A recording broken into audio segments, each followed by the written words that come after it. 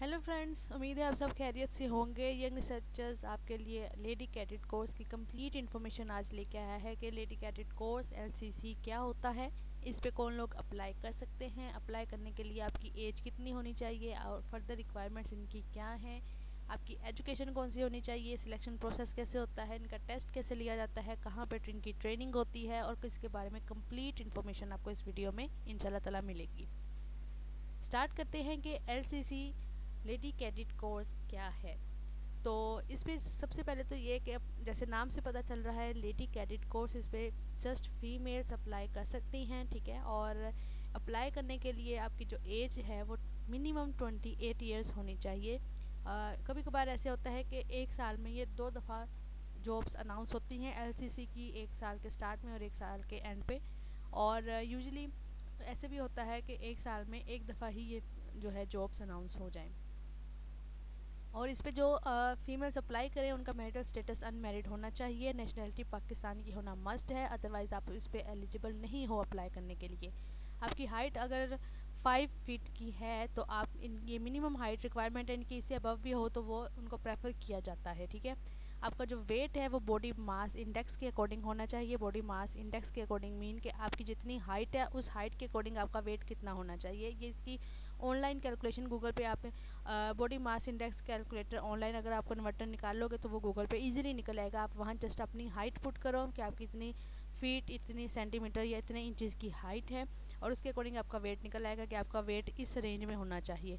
तो वो उस रेंज से अगर आपका वेट ज़्यादा है तो आप ओवर वेटेड हो कंसिडर किए जाते हो, अगर उससे कम है तो आप अंडर वेट कंसिडर किए जाते हो। तो जो कि दोनों सूरतों में आप जो है रिजेक्ट हो जाओगे। अगर उस रेंज के अंदर है जो कि आपकी बीएमआई की रेंज होती है आपके हाइट के अकॉर्डिंग, तो फिर आपकी जो है उनका जो मेडिकल चेक किया जाता है उसमें आपको प्रेफर किया जाता है।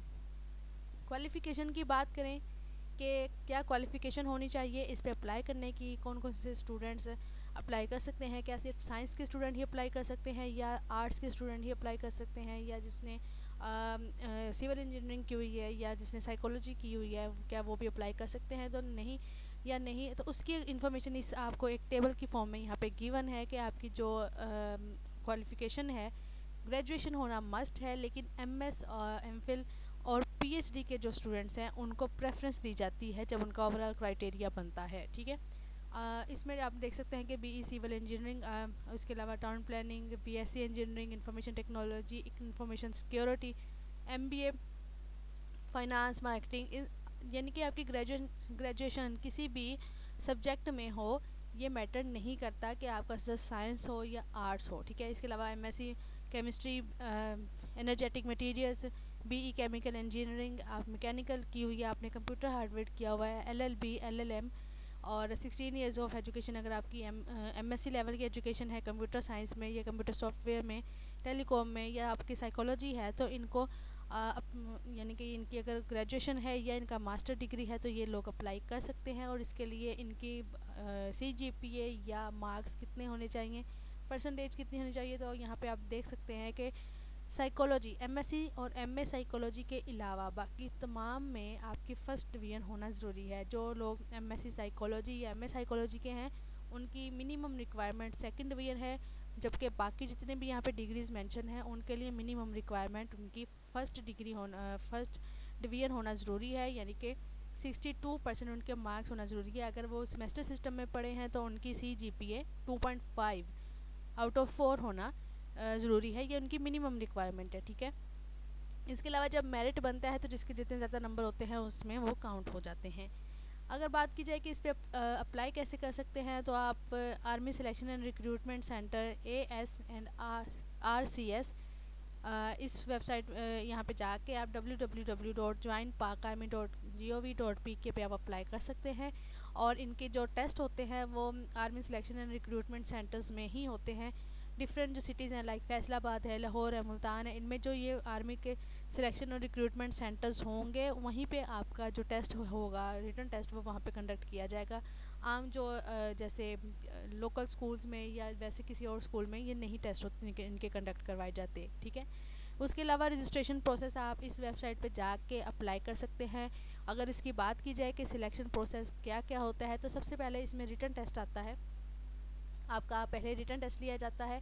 वो रिटन टेस्ट क्या है, उस रिटन टेस्ट में कौन से पार्ट्स हैं, वो मैं आपको आगे जाके बताती हूँ। यहाँ पे आपका रिटन टेस्ट अगर आपका क्लियर हो जाता है तो उसके बाद कौन से स्टेप्स हैं मैं आपके साथ वो डिस्कस करती हूँ। तो रिटन टेस्ट अगर आपका क्लियर है, आपके अच्छा स्कोर है, तो आपको क्या किया जाता है, आप फाइनल मेडिकल के लिए आपको बुलाया जाता है। आपका मेडिकल चेक किया जाता है, जिसमें आपके सर्टिफिकेट्स वगैरह भी चेक किए जाते हैं, आपकी जो भी डिग्रीज़ हैं उनको चेक किया जाता है। उसके साथ साथ आपकी मेडिकल में आपका आई साइट जो है वो 6/6 होनी चाहिए, वो चेक की जाती है। आपकी हाइट चेक की जाती है, वेट चेक किया जाता है, और इसके अलावा और भी जो उनकी रिक्वायरमेंट्स हैं उसको फुलफ़िल करके रनिंग टेस्ट भी कभी कभार मेडिकल टेस्ट के साथ ही कंडक्ट करवा लिया जाता है। रनिंग टेस्ट में ये होता है कि आपको 10 to 12 मिनट्स के लिए आपको 1.6 किलोमीटर रन करना होता है, ठीक है।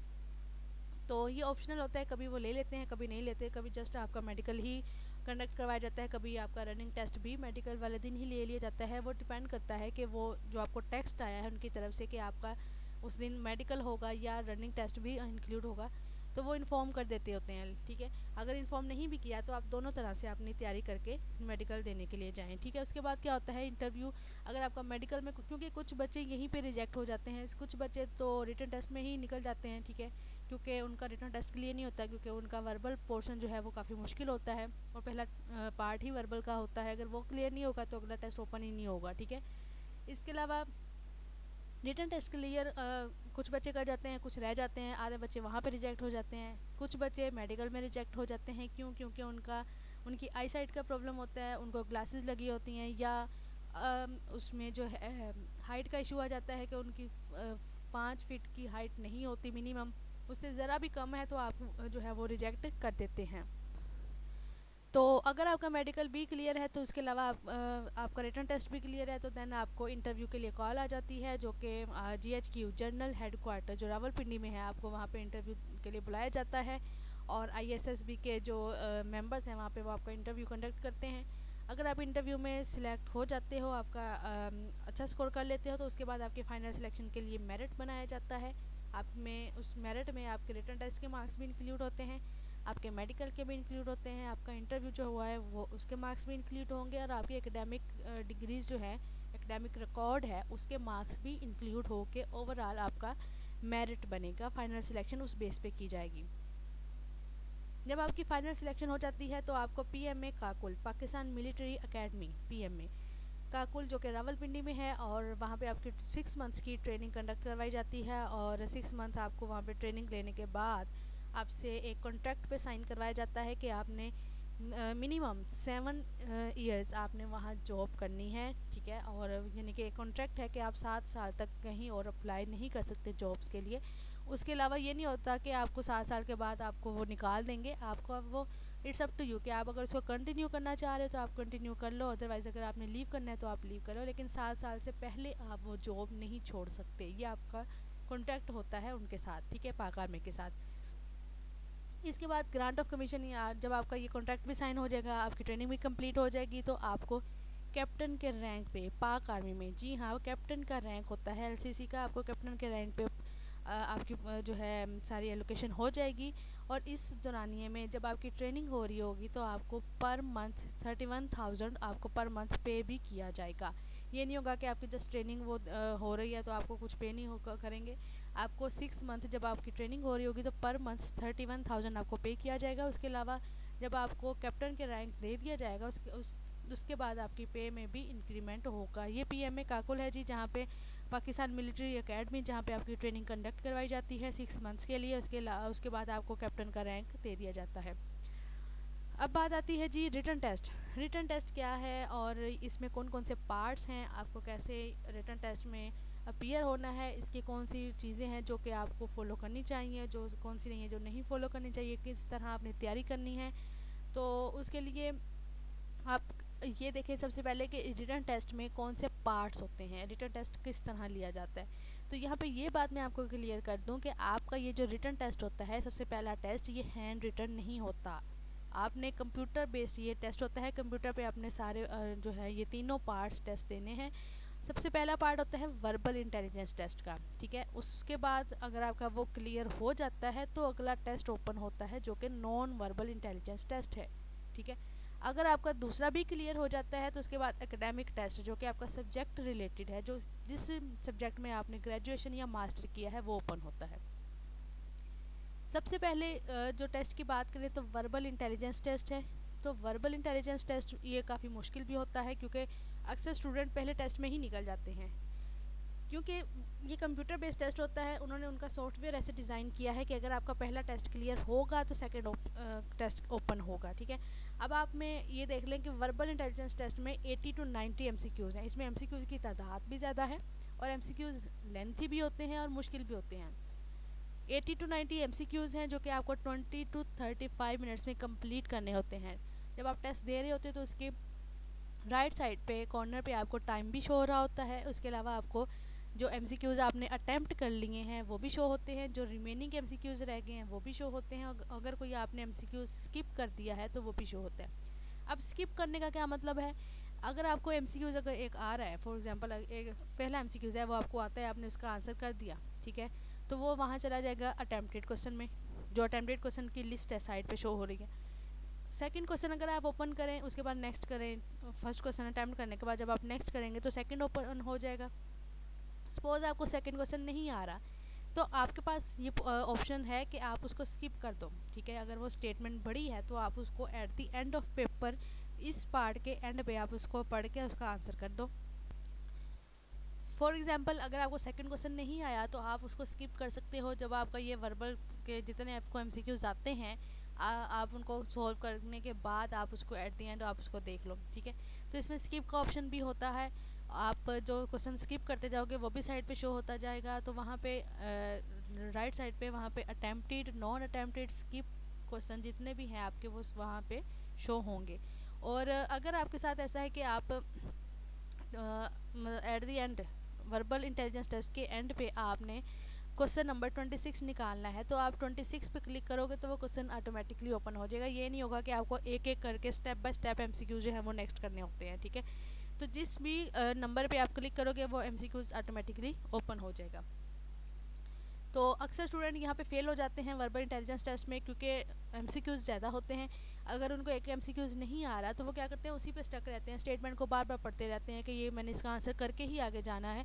तो यहाँ पे जब वो एक ही स्टेटमेंट पे, एक ही क्वेश्चन पे अपना इतना टाइम ज़ाया कर देते हैं तो बाकी उनके क्वेश्चन जो है वो जब रह जाएंगे, उनसे नहीं क्लियर होंगे तो उनका जो है पहला टेस्ट फेल हो जाएगा। तो जब पहला टेस्ट फेल हो जाता है तो उसके बाद नेक्स्ट ओपन ही नहीं होता नॉन वर्बल का, तो वहीं पर उनको वो बाहर निकाल देते हैं, ठीक है। तो यहाँ पे जो ट्रिक माइंड में रखने वाली है वो ये है कि जो क्वेश्चन आपको आ रहे हैं फर्स्ट अटैम्प्ट में, स्टेटमेंट पढ़ के आपको समझ आ रही है कि ये वर्बल इंटेलिजेंस टेस्ट के इस क्वेश्चन का ये आंसर है तो आप उसको टिक करें। अगर आपको पहली ही नज़र में वो क्वेश्चन समझ नहीं आ रहा तो आप उसको स्किप करते जाएं, ठीक है। जब आप इस तरह करोगे तो आपको 80 to 90 MCQs में से एटलीस्ट आपको 30-40 तो आते ही होंगे ना, ठीक है। तो अगर आपको 30 और 40 तक आ गए MCQs, इनका यानी कि हाफ आपको आ गया है, 80 का हाफ 40 है, तो जब आपका हाफ कंप्लीट हो जाएगा, 50% आपने जब हल कर लिया है फॉर एग्जांपल, उसके बाद टाइम ख़त्म हो जाता है तो आप एटलीस्ट पास की लिस्ट में आ जाते हो, ठीक है। यानी कि आप पास हो जाते हो इस टेस्ट में। बाकी उनका जब मेरिट बनेगा वो अलग की बात है, लेकिन ये करना कि एक ही क्वेश्चन पे स्टक हो जाना ये जो है वो सरासर बेवकूफ़ी है। इसके अलावा मैं कुछ और नहीं कहूँगी। और दूसरी बात इसमें यह है कि जब आप क्वेश्चन कर रहे हो, क्वेश्चन अटैम्प्ट कर रहे हो, आपने वहाँ पे आपके पास माउस होता है, कीबोर्ड होता है और जो हार्ड कंप्यूटर है वो होती है, ठीक है, डेस्कटॉप जो होता है, वहाँ पे टच सिस्टम नहीं होता। तो अक्सर स्टूडेंट की यहाँ पे ये भी गलती होती है कि वो टच सिस्टम यूज़ करना जानते हैं, उनको टच के वो आदी होते हैं, एक दफ़ा क्लिक किया तो ओपन हो गई चीज़। लेकिन वहाँ पे माउस के साथ आपको आंसर सेव करने के लिए, आंसर को टिक करने के लिए डबल टिक करना पड़ता है, ठीक है। तो यानी कि माउस का जो बटन है उसको आप डबल क्लिक करेंगे तो वो आंसर का जो है वो सेव भी होगा, क्लिक भी होगा, ठीक है। तो यहाँ पे स्टूडेंट उनको माउस यूज़ नहीं करना आता, उनको कीबोर्ड यूज़ नहीं करना आता, तो यहाँ पे इस वजह से भी बच्चे जाके कंफ्यूज हो जाते हैं कि वो एक तो उनको टेस्ट की परेशानी होती है, दूसरा ये जब वो कंप्यूटर सिस्टम देखते हैं और दूसरा माउस देखते हैं तो उनको वो यूज़ नहीं करना जब आ रहा होता तो उनकी यहाँ पे टाइम वेस्ट इस वजह से भी होता है। तो आपने जब टेस्ट देने से जाने से पहले आपने अपनी अच्छी तरह प्रैक्टिस करनी है, माउस को कैसे यूज़ करना है, कैसे सेव करना है, कैसे इसको प्रेस करना है, कीबोर्ड कैसे यूज़ करना है, आपकी डायरेक्शन क्या होनी चाहिए बैठने की, आप कंप्यूटर के सामने बैठते हो तो आपने टाइम को कैसे सेव करना है, इट्स अप टू यू, ठीक हो गया। उसके बाद चलते हैं जिन बच्चों का कैंडिडेट्स का वर्बल टेस्ट क्लियर हो जाता है, उनके बाद फ़ौरन फ़ौरन ही वो स्टार्ट नहीं हो जाता, बल्कि वो आपसे परमिशन लेती है। एक पेज आता है आपके सामने कि आपने वर्बल टेस्ट आपका क्लियर हो चुका है, कॉन्ग्रेचुलेशन। अब आपका non verbal intelligence test start होगा। तो अगर आपने स्टार्ट उसी टाइम करना है तो आप क्लिक कर दें उस पर स्टार्ट टेस्ट। अगर आपने 5-10 मिनट का वक्फा लेना है तो आप जब तक आप क्लिक नहीं करोगे वो टेस्ट ओपन नहीं होगा। आप उस रेस्ट कर लें थोड़ी देर, 5 मिनट पानी पुनी पी लें। उसके बाद आप क्या करेंगे, जब आप स्टार्ट करेंगे नॉन वर्बल, उसका भी टाइम है 20 to 35 मिनट्स ही हैं, लेकिन उसके भी 80 to 90 MCQs हैं। लेकिन ये टेस्ट बहुत आसान होता है एज़ कम्पेयर टू वर्बल। ठीक है, इसमें क्या होता है कि वर्बल का अगर आपको एक MCQ सॉल्व करने में 1 मिनट लगा है, तो नॉन वर्बल का टेस्ट सॉल्व करने में आपको 60 सेकेंड्स लगेंगे, सॉरी 40 सेकेंड्स लगेंगे। ठीक है, तो इसके बाद क्या होता है कि आपका जो नॉन वर्बल टेस्ट है, अगर आप 1 मिनट में वर्बल का एक क्वेश्चन सॉल्व करते हो, तो नॉन वर्बल के आप 1 मिनट में 2 क्वेश्चन सॉल्व कर सकते हो ईजीली। ठीक है, और क्योंकि ये शेप बेस होते हैं, इज़ एज टू इस तरह करके होते हैं, तो उसकी अलग से वीडियोस बनी हुई है इस चैनल पे कि नॉन वर्बल टेस्ट में कौन से क्वेश्चन आते हैं, किस तरह के आते हैं, क्या ट्रिक्स यूज़ करनी चाहिए इसको हल करते वक्त। तो आप वो काइंडली वो वीडियोस देख लीजिएगा। ठीक है, उसके बाद अगर आपका वर्बल टेस्ट क्लियर हो जाता है तो देन आपका इसी तरह वो आपसे क्वेश्चन करते हैं, एक पेज ओपन हो जाता है कि आपका कॉन्ग्रेचुलेशन, आपका नॉन वर्बल टेस्ट भी क्लियर हो चुका है। अब आपका can we start academic test. तो आप जब उस पर क्लिक करते हो स्टार्ट पे, तो वो आपका एकेडमिक टेस्ट भी ओपन हो जाता है। एकेडमिक टेस्ट में आपका ये होता है कि आपकी जो जिसमें आपकी ग्रेजुएशन है, जिसमें आप जिस सब्जेक्ट में आपने मास्टर किया हुआ है, उस सब्जेक्ट का ही वो एकेडमिक टेस्ट होता है। और एकेडमिक टेस्ट में फिर आपको 40 to 50 MCQs, इसके MCQs कम होते हैं, टाइम 20 to 30 मिनट्स का होता है, वो साइड पे टाइम भी चल रहा होता है। और उसके अलावा जो क्वेश्चन आपने अटैम्प्ट कर लिए हैं, नहीं किए, जो स्किप कर दिए हैं, वो भी साइड पे शो हो रहे होते हैं। तो एकेडमिक टेस्ट बहुत बहुत बहुत बहुत ही आसान होता है। सबसे मुश्किल वर्बल टेस्ट है, उसके बाद जो आसान मरहला आता है वो नॉन वर्बल का आता है। और एकेडमिक का तो ऐसे ही है जैसे जब कैंडिडेट उसको करता है तो वो कहता है वाह भी वाह, क्या क्वेश्चन है, क्या क्वेश्चन है। मतलब पहली नज़र में ही आधी स्टेटमेंट पढ़ के उसको उसका आंसर समझ आ जाता है, चाहे वो किस भी सब्जेक्ट का हो, केमिस्ट्री का हो, फिज़िक्स का हो या साइकोलॉजी का हो। तो ये बहुत आसान होता है। लेकिन बात यहाँ पे ये आती है कि जिस बंदे का वर्बल ही क्लियर नहीं हुआ, वो मुश्किल से नहीं गुजरा, तो वो आसानी की तरफ कैसे आएगा। ठीक है, तो वर्बल अगर आपका क्लियर है, उसके बाद नॉन वर्बल आपको बहुत आसान लगेगा, आपका स्ट्रेस भी कम हो चुका होगा। जब आप एकेडमिक पे आओगे तो वो तो आपके लिए एक फ़न ही कंसिडर किया जाएगा कि आपको बहुत मज़ा आएगा एकेडमिक करने में। ठीक है, उसके बाद जब आपका एकेडमिक क्लियर हो जाता है, फिर एक पेज ओपन होता है जिसमें आपको कहा जाता है कॉन्ग्रेचुलेशन योर, आज जितने भी स्टेप्स हैं टेस्ट के वो आपके क्लियर हो चुके हैं। फिर वो आपसे कहते हैं कि आप साइकोलॉजिकल टेस्ट है एक, ठीक है, साइकोलॉजिकल परफॉर्मा है, आप ये फिल करते हैं। यहाँ पे बच्चे गलती करते हैं। यहाँ पे वो क्या कहते हैं कि ये कौन सा हमारे टेस्ट का पार्ट है, उन्होंने जस्ट सर्वे ही ले करना है इसका कि हमने टेस्ट कैसा दिया, हमारी परफॉर्मेंस कैसी रही। लेकिन एक्चुअल में वो आपकी पर्सनैलिटी चेक कर रहे होते हैं। वो आपसे पूछते हैं कि आप अगर इस तरह की सिचुएशन में हो, आपको परेशानी हो, तो आप क्या करते हो, आप शाउट करते हो, आप काम रहते हो, या आप किसी दूसरे को ब्लेम करते हो। तो इस तरह के क्वेश्चन होते हैं। तो यानी कि स्टूडेंट अपनी मर्ज़ी से लगाते जाते हैं। तो यहाँ पे जब वो अपनी मर्ज़ी से लगा के, क्योंकि उनको ये होता है कि हमारा टेस्ट क्लियर हो चुका है, तो उसी खुशी में यानी कि वो बाहर जल्दी आने की कोशिश करते हैं। तो अगर उनका साइकोलॉजिकल टेस्ट उस टाइम अगर उन्होंने सीरियस लेके उसको सही से ना किया, तो उसका बैड इफेक्ट जाता है। ठीक है, आपकी अगर रिटन टेस्ट क्लियर है और आपकी पर्सनैलिटी टेस्ट जो है उन्होंने as at the end as a survey रखा होता है, अगर आपने वो सही से सीरियस उसको ना लिया, तो आपको यानी कि पॉसिबिलिटी है कि आपको इंटरव्यू के लिए या मेडिकल के लिए ना बुलाया जाए, क्योंकि आपका पर्सनैलिटी टेस्ट जो है उनके अकॉर्डिंग वो सही नहीं था। लेकिन उसके बाद क्या होता है कि आपका जब क्लियर हो जाता है, आप वो भी पर्सनैलिटी टेस्ट भी कर लेते हो सर्वे के तौर पे, जो होता है एक फॉर्म। उसके बाद आपको स्लिप, जो आपकी रोल नंबर स्लिप होती है, उसके ऊपर पास की स्टैंप लगा दी जाती है। ठीक है, तो यानी कि फिर आपको कहा जाता है कि हम आपको इंटरव्यू के लिए बुलाएंगे। तो अगर तो आप मेरिट के अंदर आ रहे हो, आपका रिटन टेस्ट में इतने स्कोर आपने कर लिया कि आप मेरिट के अंदर आ रहे हो, तो आपको इंटरव्यू के लिए बुलाया जाएगा। अदरवाइज़ आपको इंटरव्यू के लिए नहीं बुलाया जाएगा। अगर आपका स्कोर वैसे पास हो गए हो लेकिन आप मेरिट के अंदर नहीं आ रहे, तो वहाँ पे फिर आपको इंटरव्यू के लिए नहीं बुलाया जाएगा। तो ये सारा सीन था लेडी कैडेट कोर्स का, कि लेडी कैडेट कोर्स LCC क्या होता है, कैसे अप्लाई कर सकते हैं, क्या टेस्ट होता है, कौन सी टिप्स अप्लाई करनी चाहिए। लेकिन अब इसकी टेस्ट की तैयारी कैसे की जाए, तो उसके लिए वीडियोज़ इस चैनल पे अपलोडेड हैं, नॉन वर्बल, वर्बल, एकेडमिक की। आप stay tuned with young researchers. इसके साथ साथ फर्दर वीडियोज़ भी मैं इंशाल्लाह ताला अपलोड करती रहूँगी। तो अगर आपको ये छोटी सी काफ़ी अच्छी लगी है तो kindly subscribe my channel and like and share it with others. और इसके अलावा जितने जो आपका कोई क्वेश्चन अगर माइंड में हो तो आप कमेंट सेक्शन में पूछ सकते हैं।